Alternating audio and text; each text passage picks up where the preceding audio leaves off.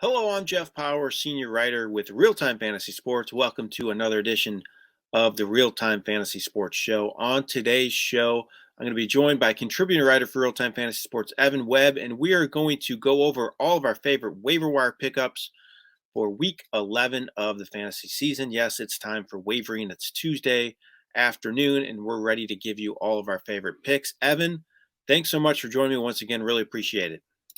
Yeah, thanks for having me on again. Yeah, interesting week. I felt like last week I had Logan on with me and there wasn't a whole lot to pick from. I feel like it's a little better this week. Still some positions that aren't great, but I think the Yeah, options are a little better than the previous week. So hopefully we can help some fantasy owners out there this week. yeah, no doubt about it. It's also some guys coming off of IR a little bit this week. Now we did have some big names go on the IR, but a lot of guys did finally come off the IR this week. So Yeah, a let's lot talk more about availability. the one guy that we can't, forget to mention. You said one guy went on IR, and that's Cooper Kupp. So that's just a Yeah, monumental loss for fantasy owners. Probably Van Jefferson, Allen Robinson see their values bump up a little bit, but that team's yeah, kind of a mess right now to begin with. it is. Even when Kupp was playing, offensive line's not been very good. Stafford's banged up. I mean, it's just not a great situation right now in Los Angeles, is it? Yeah, it hasn't been a good situation really all year. They just never have got much going, and Stafford hasn't been the same guy this year. And yeah, now that you add, you basically lose your best player. Things aren't going to get much better for the Rams, I don't think, going forward. No, definitely. Be interesting to see what happens the rest of the way. Kind of a might be one of the most disappointing post Super Bowl champion teams I've ever witnessed in Yeah, my time following this. Not been good at all for them. All right, let's get into this now. Our wavering picks for this week. Let's look at this week. Let's look at the QB spot first. Who's your pickup at the quarterback spot? yeah. Quarterback was pretty tough to look at this week, but I got Daniel Jones from the New York Giants.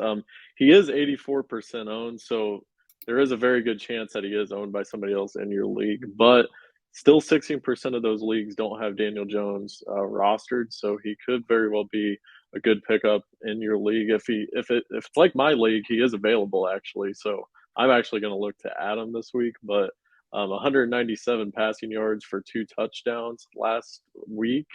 And then he's playing a very bad Detroit Lions defense, which is ranked dead last in the league defending the pass. So it's a great matchup for Daniel Jones and the Giants. And he's probably maybe just a 1 week pickup, as the schedule does get a little bit tougher for the Giants. They got Dallas and Philadelphia coming up on the schedule. So things will get a little bit tougher for the Giants, but against a very bad Lions team, I think Jones is a good option if he's available in your league. Yeah, definitely. My pick for QB this week is Matt Ryan with the Colts. So kind of a surprise. It looked like Ellinger was going to start again. Then Matt Ryan ended up being the guy last week. He played well too, 21 of 28 for 222 yards and a touchdown without a turnover. And he ran in a score, which is really surprising for him because he's not too fleet of foot. He scored 24.9 fantasy points in that game. He's actually had some really big games this year. He's top 20 fantasy points 4 different times. So he's had some success in this offense. Maybe Jeff Saturday gets this team going a little bit, and Ryan's available in 84% of leagues. So if you're looking for a QB, a streaming option going forward, I'd consider Ryan in this offense. He's definitely had some big games this year. The numbers don't lie. Let's move on to running back now, Evan. How about a couple running backs that you're considering adding this week? Yeah, I got Isaiah Pacheco from the Kansas City Chiefs. We've kind of talked about how we sort of want to stay away from the Chiefs running backs in a way, but he did carry the ball 16 times last week for 82 yards. And he's getting a little bit more usage than Edwards-Helaire right now, along with Jared McKinnon.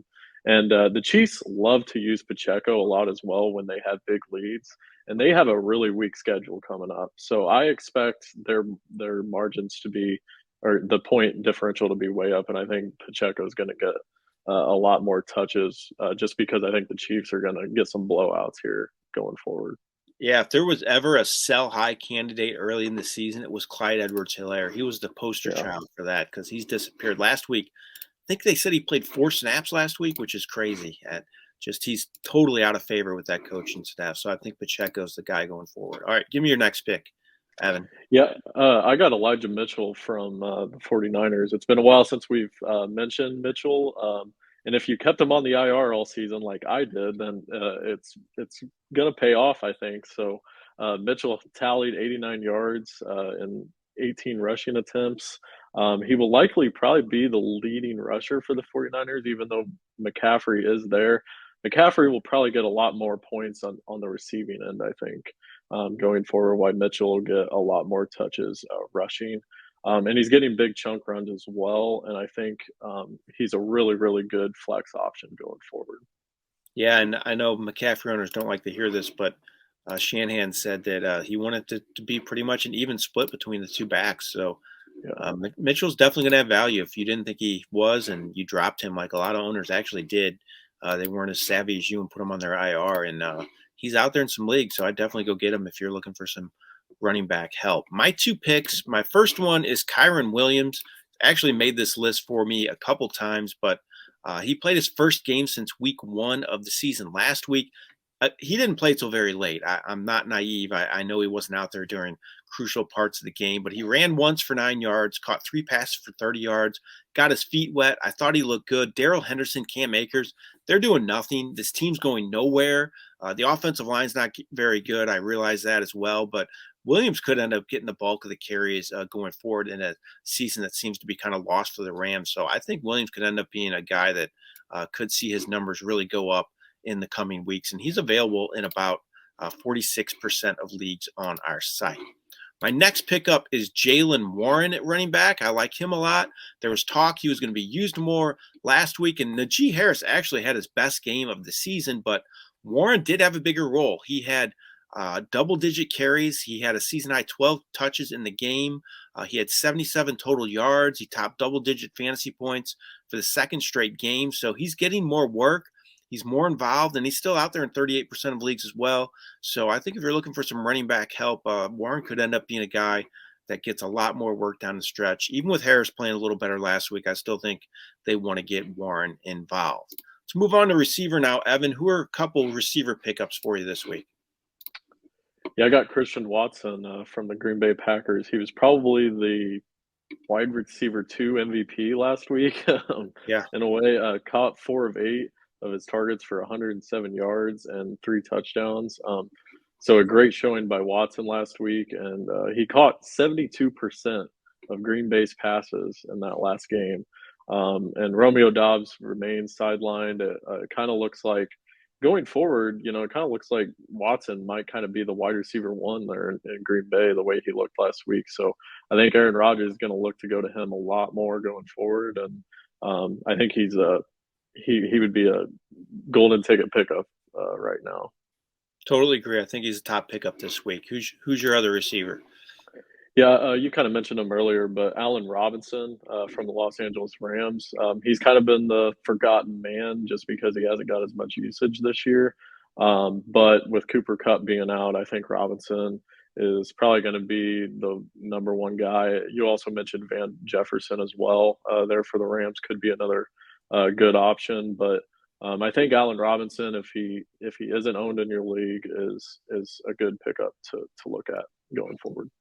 Yeah, definitely. And my first wide receiver pickup is kind of what you mentioned, guys coming off IR, and it's Treylon Burks. So he came off IR last week. Didn't have a great game, but he looked healthy. He had 3 catches for 24 yards, but he had 6 targets. Made it through the game healthy, had a lot of targets. He's the most talented receiver on this Titans roster. Their passing game's much better when Ryan Tannehill's out there and he's healthy and playing. And Burks is available in 65% of leagues. I think he could be a little boom or bust, but I still like his potential in this offense. I think he's going to have some big games the rest of the season.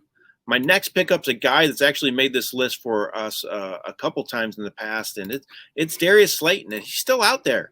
He continues to lead the way at receiver for the Giants. He had a season-high 18.5 fantasy points last week. He's had double-digit fantasy points 3 straight games and 4 or 5. I mean, the numbers don't lie. He's getting to work. He's producing. He can help fantasy teams as a wide receiver 3, in my opinion. Still available in 71% of leagues as well, which is kind of surprising to me in an offense that's starting to come together a little bit. And you mentioned Daniel Jones having that great matchup this week against the Lions. Slayton's a part of that as well, so I think he could have a big game in week 11. Let's look at tight end now. Evan, who's your tight end for this week? Yeah, I got Tyler Conklin from the New York Jets. Probably not the most popular pick just because he didn't have a good game last week, but his last time out against New England, which was just 3 weeks ago, he had a monster game, 6 receptions, 79 yards, and had 2 touchdowns. And New England hasn't been very good defending tight ends this season. They're currently the fifth worst in the league defending the tight end. So I actually do see a bit of a bounce back game for Tyler Conklin for the Jets. Yeah, I like that call, and I had to do a double take. I actually put him on my sleeper list for my lineup Yeah. prep column this weekend. He is 7th overall in tight end scoring right now, Tyler Conklin. Little Wow. surprising, but he's had some big games, like you said, and he was huge against New England his last time out. My tight end pickup's a guy taking over for an injured player, and that's Zach Ertz, who is out for the rest of the season with a knee injury. And Trey McBride, the rookie for the Arizona Cardinals, takes over as the starter. Very talented player. He was the first tight end taken in this year's draft. He's going to be starting in an offense that likes to use the tight end. I think if you need some help, I wouldn't just throw him in my lineup. I want to see what he does the first few weeks. But if you're looking for some tight end help, want to make a speculative pickup, I think McBride could end up being a really good player, maybe a low end number 1 tight end. He's available in nearly every league out there. If I don't Zach Ertz, I would consider taking him maybe as my replacement, and hope for the best, because I think it's definitely possible with him. He's a really talented player. All right, Evan, let's talk about a streaming defense for this week. We like to do this. We like to go with this approach in our leagues as well. So who's a streaming defense for you in week 11? Yeah, my streaming defense this week is the Cincinnati Bengals. They're going up against the Pittsburgh Steelers. Steelers offense hasn't been good this year, and I think for this week in particular, I really, really like the Bengals. They're especially available in a lot of leagues. I think they're only like 27% owned right now. So I think for this week, them going up against Pittsburgh, I like that to be a streaming defense. Yeah, I like that. I have Washington. They're my streaming defense. They're owned in just 11% of leagues. Really an impressive game on that Monday night game last night against the Eagles. Played really well, scored 15 fantasy points. They got that cheap touchdown late, which padded their numbers. It probably killed a lot of fantasy teams as well. Unfortunately, that freak, freak score at the end of the game. You hate to see that, 'cause it probably hurt somebody. And I'd like to hear some stories if you have them, because it happens in fantasy. But regardless, they played well that game. Held them just 264 total yards. They've had double-digit fantasy points 2 of 5 games. They play the Texans this week. As passing game that's really struggling. That's the area that Washington's not very good in, but they're good against the run. And Houston likes to run the ball. They have fewer than 95. They've allowed fewer than 95 rushing yards 3 or 4 games, Washington. So I think Houston might have trouble running the ball in this game.